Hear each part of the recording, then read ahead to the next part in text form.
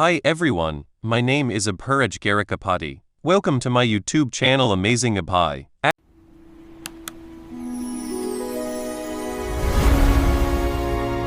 Don't just hear the story, enter it. Activated, and devastating magical attacks were primed to fire as the aircraft descended. The moment the plane's landing gear touched the tarmac, the ground forces were ready for combat. An army of cloaked assassins, snipers, and shielded knights waited in the shadows, given strict orders to annihilate Shadow at any cost. Inside the cabin, ordinary passengers remained oblivious to the trap. A young man with headphones looked out the window, naively wondering if Country M was always this intensely welcoming. Once the plane was docked, the cabin doors opened and an agent stepped inside. However, as he and his partner looked down the aisle, their determined expressions turned to shock. They found Theodore's dead body on the floor and frantically reported back that he was dead, noting the terrifying message left in his own blood. The leader of the ambush force, a dark-haired man with glowing red eyes, furiously read the bloody message stating that anyone who offended Great Zia would be hunted down. He angrily realized this was Shadow's doing and that he had already struck. Desperate to catch their target,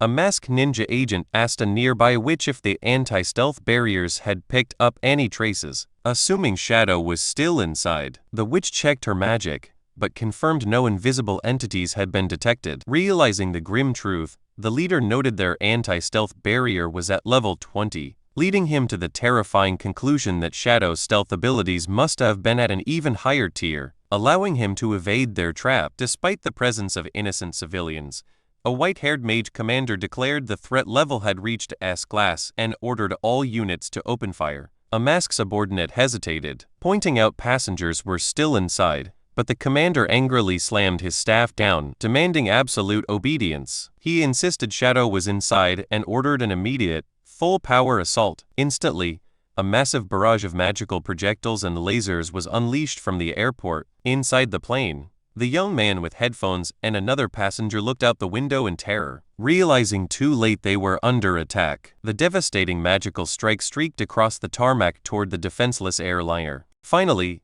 a colossal sunlight spell was called down, resulting in a massive fiery explosion that completely obliterated the airplane. As the flames raged, a scout reported that the life detection barrier sensed no living beings remaining in the smoking wreckage. The red-eyed ambush leader stood silently watching the inferno, while a bald muscular man and another official approached him. The bald man angrily confronted the leader, warning him that Great Zia would not ignore the blatant murder of their civilians, and that flights between the two countries would be suspended. Throwing his arms up in frustration, the bald man complained that his long-term plan to use civilian flights to smuggle spies into Great Zia was now ruined, making it impossible to stop their enemy. The leader turned and glared at the bald man, coldly calling him a coward. He questioned how they could ever hope to oppose a nation with Shadow on its side if they lack ruthless resolve. With his red eye glowing fiercely, he emphasized the harsh truth that death is permanent. Standing before the massive wall of fire, the red-eyed leader justified his extreme methods,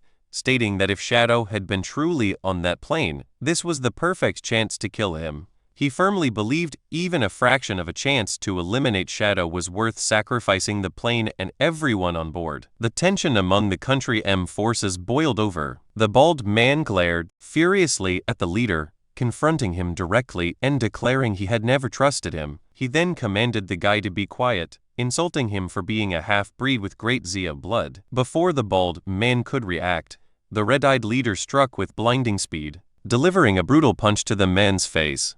The sheer force sent the large muscular man flying backward through the air. Enveloped in crackling golden energy, the leader exposed his dark motivations. He declared his intense hatred for his Great Zia bloodline, calling it a curse that brought him constant despair, but defended his absolute loyalty to Country M. The scene then shifted to the retrieval of their fallen comrade. Two agents, including the white-haired mage commander, approached the red-eyed leader, carrying Theodore's lifeless mutilated body, unceremoniously dropped Theodore's corpse onto the floor. The red-eyed leader knelt solemnly beside Theodore's body. As a mysterious purple and golden aura surrounded him, he told the fallen man to rest in peace, honoring him as a hero of Country M and promising to return him to his hometown for burial. Standing back up, the red-eyed leader's terrifying power was revealed. He held 3 glowing blue cards that manifested from his hands, unveiling his hidden class.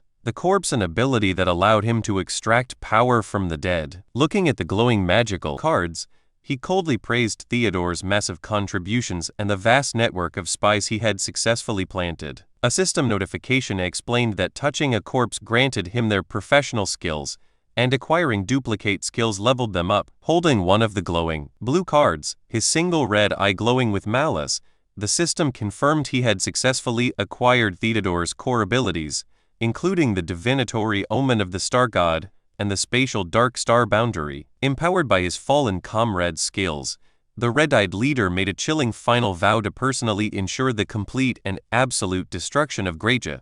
The red-eyed leader raised his arm, holding the glowing blue card as light radiated around him. He used his new divinatory skill to find a way to defeat Shadow, a cosmic vision of a mother desperately trying to save her falling child from a starry abyss appeared, making the leader reflect on how to use this maternal connection against his enemy. Meanwhile, 2 of his subordinates, including the white-haired mage, discussed the intelligence left by Theodore. They deduced that a guild in Greitja named Fika Heavy Industries, its leader Huang Huifan, and her son Huang Ziking, matched the clues from the prophecy. The red-eyed leader confirmed this, explaining that one of Theodore's informants was inside that guild and had a special card. A holographic map appeared, showing his plan to use the Dark Star Boundary skill to instantly swap locations with the informant, allowing him to infiltrate Greitja undetected. The red-eyed leader summoned another glowing blue card. He handed these magical cards to the white-haired mage and his partner, ordering them to keep them safe and not use them. He announced he would go to Greitja alone first, telling his subordinates to wait for his signal. He promised to use his power to mass teleport Country M's elite forces into enemy territory. Later, staring at the glowing card, with red scars glowing on his abdomen, the leader vowed to prove Country M would conquer the entire apocalyptic game. He activated the spatial skill and a massive pillar of blue light erupted around him as he vanished. In the leader's place,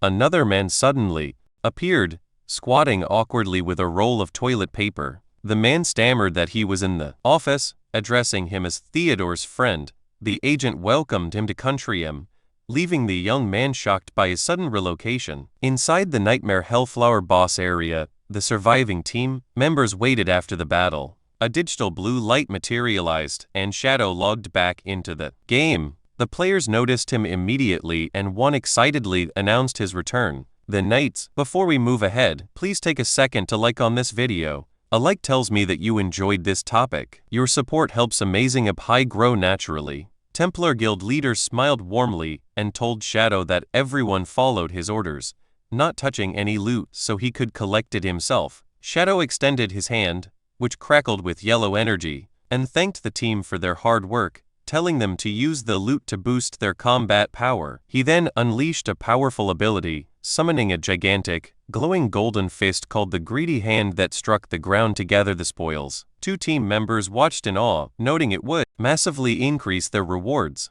After sorting through the items, Shadow handed a glowing spatial ring to Lin Qingyu. He'd explained he only kept the lifespan rewards in his assassin class items, leaving the rest for her team to divide. Lin Qingyu obliged, amazed by the amount of treasure in the ring. She then asked Shadow about Theodore and his companions. Shadow glanced back at the sealed cave entrance, his eye glowing with cold, yellow light, and bluntly informed her they were all dead. Lin Qingyu gasped in shock, and before she could process it, Shadow leaped into the air, turning into a dark blur. Shadow flew towards the red-lit cavern where 2 players struggled to break down a massive stone wall.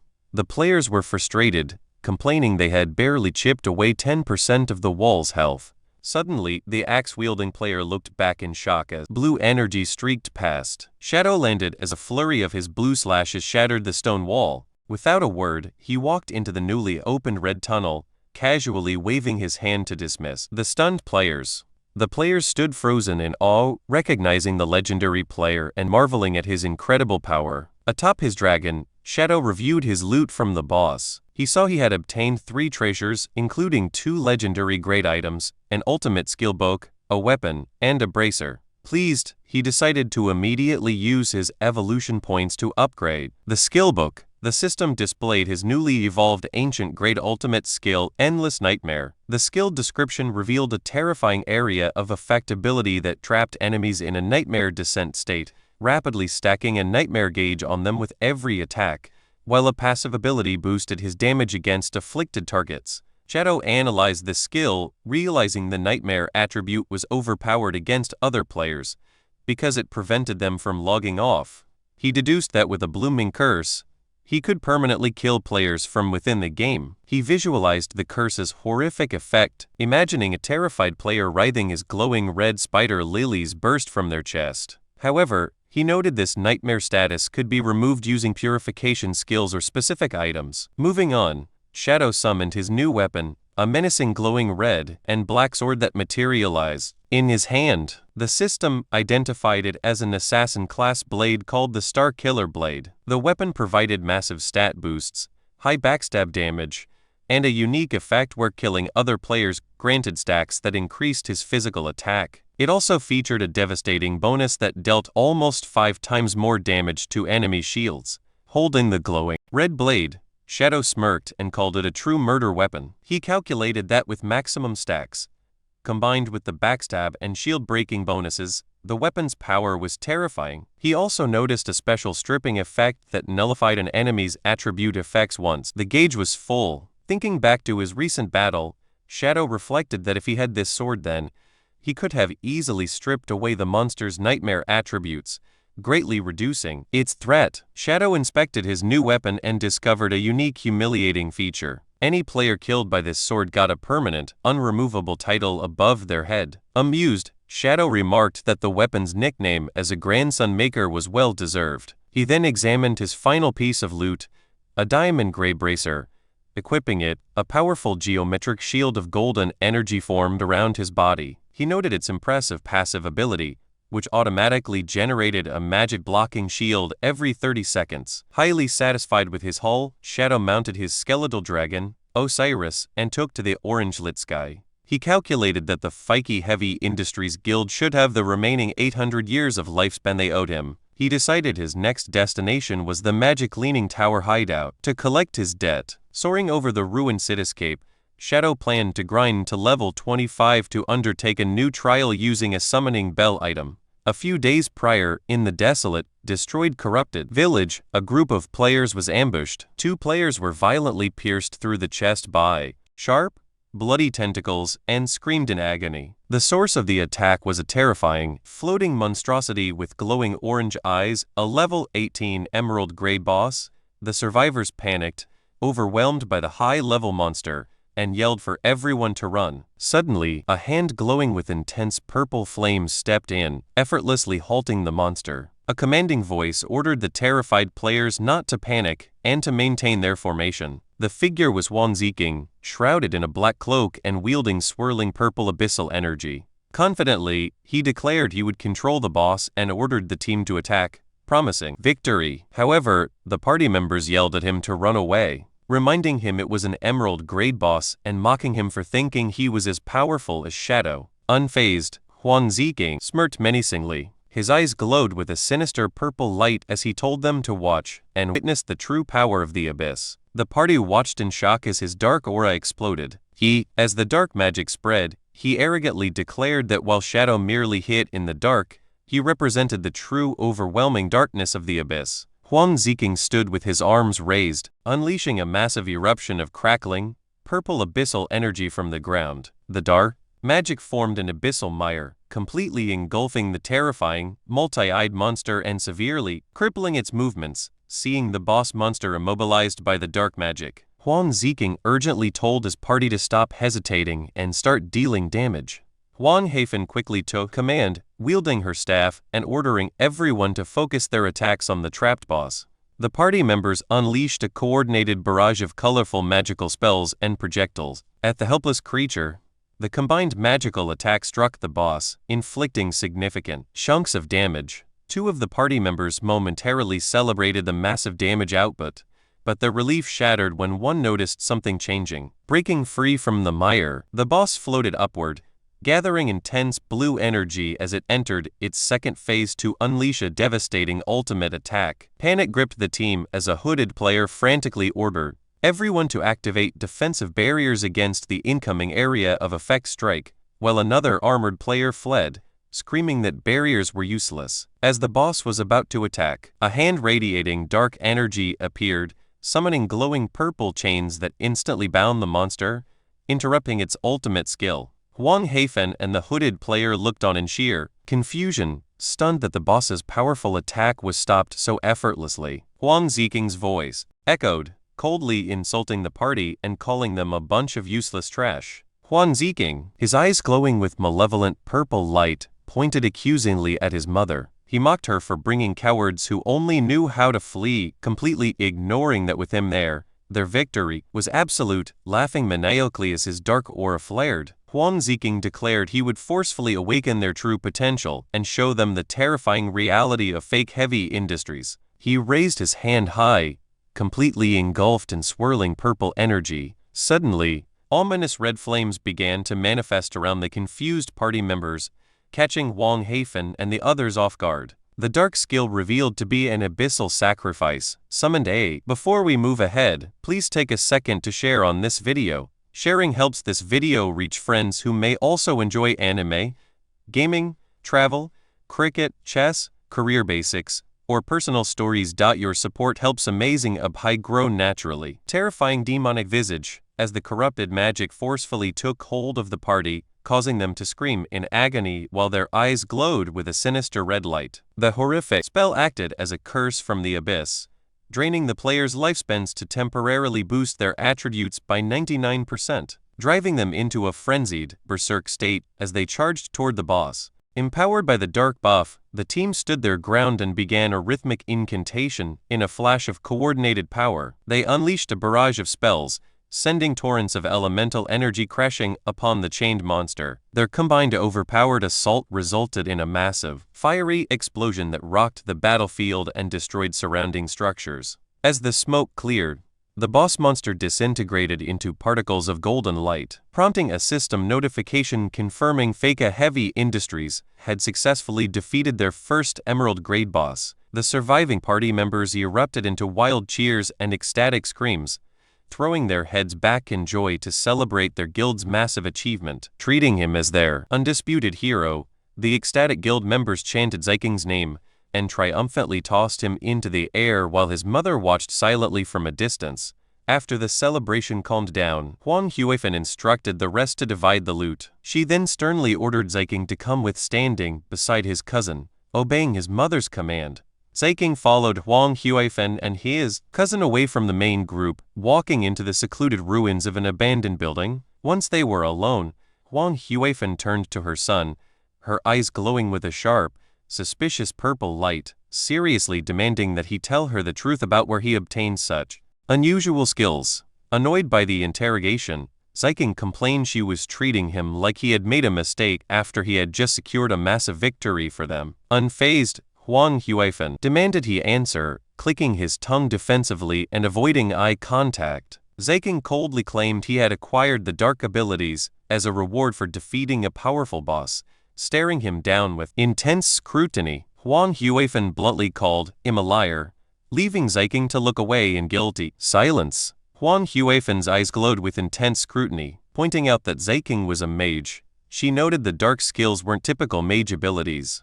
She revealed the devastating consequences. While they defeated the boss, his spell instantly drained 300 years of the guild's collective lifespan. Huang Huifan continued pressing him, stating the lost lifespan was meant to repay their massive debt to Shadow. Insisting the cost was too steep, she demanded a full explanation. Overwhelmed and irritated, Ziking covered his face and snapped at her to stop. Furious, Ziking fiercely lashed out. He complained he had secured a massive victory, but she interrogated him like a criminal. Expressing his deep resentment over her obsession with Shadow, he declared he wouldn't be a subservient dog like she was, stating he was sick of her cowardice and wouldn't be controlled. Turning his back, Ziking arrogantly vowed to kill Shadow himself, claiming he would lead Feka Heavy Industries to become the top guild in Greatja. Desperate, Wang Huifan yelled at him to stop, warning him he was too young to understand the harsh rules of survival in that apocalyptic world. The cousin stepped forward, tears streaming down her face. She gently placed a hand on Zeiking's shoulder, pleading with him to calm down and insisting his mother was acting for his own good. Zeiking slowly turned his head, his single eye glowing with purple malice. Zeiking softly repeated the phrase, "for my own good," his dark glare hardening into pure, murderous intent. In a sudden burst of violent rage, Zeiking spun around and delivered a brutal punch to the girl's face, sickeningly twisting her neck. He screamed, demanding to know why his mother forced him together with such an ugly woman if she truly wanted what was best. The girl collapsed lifelessly onto the dirt path. Wang Huifan watched in absolute shock and horror, reaching out helplessly as she screamed at Zeiking, demanding to know what he had done. Standing over her lifeless body, Zeiking watched callously as Xiao Hui dissolved into glowing golden particles. The system confirmed he had killed her, and Zeiking let out a chilling sigh of satisfaction, sweating slightly, but resolute. His eyes still glowing with corrupt abyssal energy, Zeiking coldly justified his horrific action by muttering that they had forced his hand. Without looking back, Zeiking walked away into the desolate wasteland. As Xiao Hui's light particles faded, Wang Huifan reached out desperately, crying out for him to stop and come back. But he completely ignored her pleas. Far away, the red-eyed leader from Country M stood over the lifeless bodies of Chu Kungxian and Zuma, his scarred hand crackling with dark red lightning as he reached out toward them. Utilizing his grim class abilities, he extracted the lingering skills from their corpses, coldly praising the acquired powers and telling his fallen subordinates to rest in peace. 3 days later, at the Fika Heavy Industries base, located within the Magic Cleaning Tower hideout, an armored guard with a buzz cut stood on watch duty, casually yawning out of pure boredom. Suddenly, his bored expression shifted to absolute confusion and shock as a massive shadow eclipsed the area. The colossal skeletal dragon, Osiris, rapidly descended from the sky amidst the swirl of purple energy. The guard screamed in sheer panic, mistaking the arrival for a giant dragon boss attack. Chaos erupted among the nearby guild members. One yelled to prepare for battle, while a cloaked member frantically shouted for everyone to drop their weapons and run. Standing calmly amidst the dark aura with glowing yellow eyes, Shadow told the panicked crowd to relax. He revealed his identity and demanded they bring out their guild leader, Wang Huifan, announcing he was there to collect his debt of 800 years of lifespan. Shocked to realize the legendary Shadow was riding the dragon, the terrified cloaked member immediately dropped to his knees in submission. He nervously apologized, informing Shadow he had come at a bad time because the guild leader was absent, which confused Shadow, since they had an appointment. Still kneeling and trembling, the guild member explained that 2 days prior, Wang Huifan and her son had a severe argument. He revealed that since that conflict, neither had logged back into the game, leaving the rest of the guild completely in the dark. The terrified guild member said their guild leader and her son had had a severe conflict a few days prior, and neither had logged in since. Shadow considered this quietly. Knowing Wang Huifan typically kept her promises, he deduced she must have had a significant, unavoidable issue in the real world to miss their appointment. Shadow suddenly got a system notification from a contact about an urgent, high-reward bounty mission. The message detailed that remnants of the hunted Black Dragon Guild had fled to the southern region of Nanyu. The contact explained that players in Nanyu were generally laid back and preferred a slower pace. However, the fleeing remnants merged with their main headquarters in the region and unleashed an overwhelming amount of power. The violence had completely overturned the Nanyu region, prompting local officials to send a distress signal asking for Shadow's help against the purple dragon magic destroying their city. Shadow weighed his options and accepted the mission, noting he had never visited the Nanyu region before. Relying on memories from his past life, Shadow knew Wang Huifan would lead Faka Heavy Industries to become a top guild, so he believed she wasn't an immediate, fatal danger. He instructed the guard to notify him the moment she logged back in so he could return. Shadow mounted his massive skeletal dragon, Osiris, and took to the sky. He messaged his contact that he would arrive in Nanyu within an hour, which left the contact shocked, as this time frame meant the dragon flew at supersonic speed. Meanwhile, in the real world, a heavy downpour covered the gloomy cityscape of the magic capital. A summer Huang Huifan walked alone on a stormy night, searching a muddy riverbank under a large highway bridge. She found her son, Ziking, huddled on the ground in the rain, pressed against the concrete bridge support. As she approached, Ziking looks down. One of his eyes glowed faintly with an unnatural, corruptive blue light. Huang Huifan gently asked him to come home. She revealed she had investigated his dark powers and found they came from an abyssal item. She sternly warned that while the skills granted incredible strength, they would erode his sanity and make him a mindless slave to the abyss. Huang Huifan tearfully admitted to Ziking she had been ignoring his feelings, realizing her neglect had driven him to seek dangerous shortcuts to prove himself. She sincerely admitted she was wrong. Standing over him in the rain, she explained that while she understood his desire to make their guild strong, rushing for success was impossible. She reminded him of the harsh rule that everything came with a price. Reaching her hand out, she promised to, "Before we move ahead, please take a second to like on this video. A like tells me that you enjoyed this topic. Your support helps Amazing Pi grow naturally." Respect his choices from then on, vowing never to treat him like a child again or force him into relationships he didn't want. She asked him to come back so they could build up their guild together as partners. Touched, Ziking looked up, tears streaming from his glowing purple eyes, and softly called out to his mother. Suddenly, a glowing green portal opened on the wall behind them, and the red-eyed leader emerged. He interrupted the moment,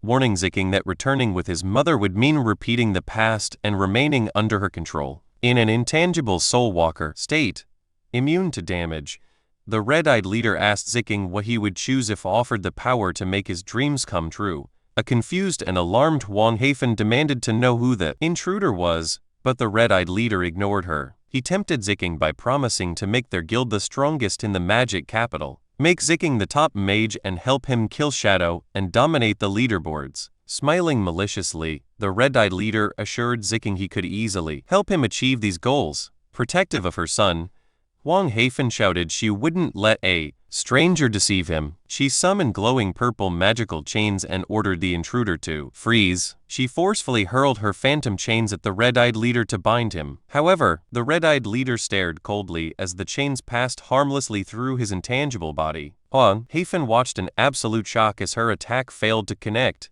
Dropping his intangible form, the red-eyed leader lunged with blinding speed and violently grabbed Huang Huifan by the head. Using an epic-tier warrior skill he likely had acquired from a corpse, he performed a devastating heroic throw, slamming Huang Huifan's head into the ground hard enough to shatter the concrete. Standing over the injured Huang Huifan, the red-eyed leader taunted her, disappointed by the strength of a top-grade Xia guild. He mocked her ambitions, saying her pathetic power would never let her achieve her dreams. He then spoke to Ziking, admitting Huang Huifan was right that the abyssal vase gradually corrupted the minds of its users. However, the red-eyed leader revealed a crucial detail she had omitted. The abyssal corruption could be purified, leaving Ziking stunned, manipulating the boy. The red-eyed leader claimed Huang Huifan had kept this secret just to maintain control over him. He warned Ziking he would never achieve true freedom or respect under his mother's shadow. Bleeding on the ground, Huang Huifan begged Ziking not to listen. She admitted a purification method existed,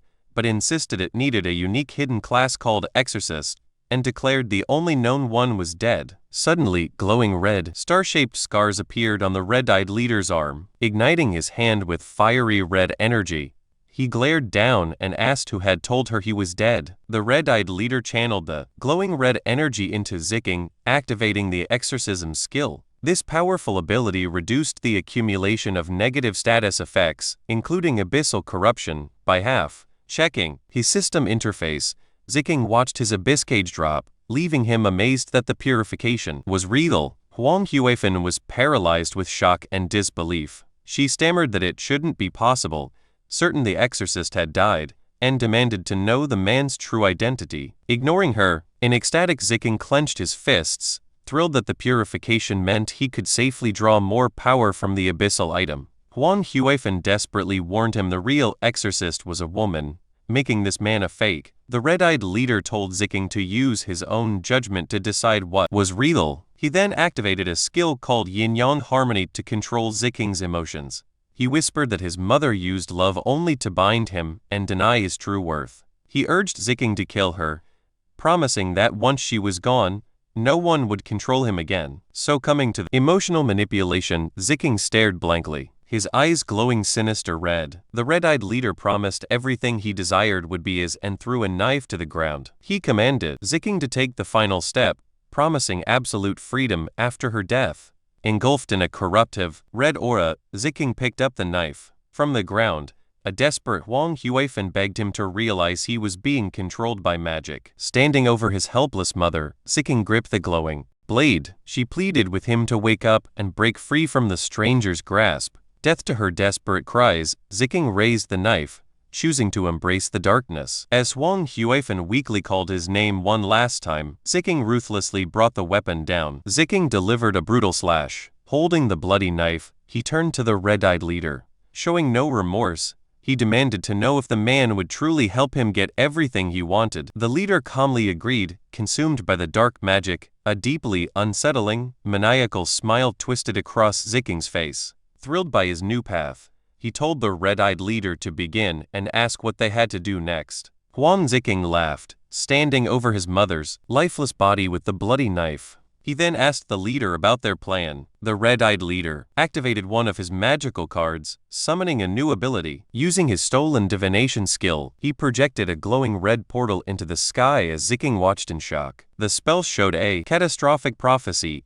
a massive fiery meteor tearing through a crimson sky. The prophecy warned the abyss would devour the heavens, and a red ominous star would destroy all darkness. Ziking stared at the apocalyptic vision, confused about its meaning. The leader explained this power would cover all of Great Xia, so no one could escape, not even Shadow. He noted the darkness to be destroyed might be Shadow, or even Ziking. Sweating, Ziking realized the terrifying implication that he could die in the coming cataclysm. The leader assured him that while the event was inevitable, survival depended on human effort. He advised Ziking to expand his guild's strength with his abyssal powers for the clash with Shadow. The leader then manifested another glowing red card, handing it to Ziking. Having set his pawn in motion, the red-eyed leader walked into the misty night, promising to find Ziking again when the time was right. Alone in the dark, Ziking fully embraced his corruption. His eyes glowed red as he accepted his new mission. Ziking channeled his dark magic, extending a hand over his mother's corpse.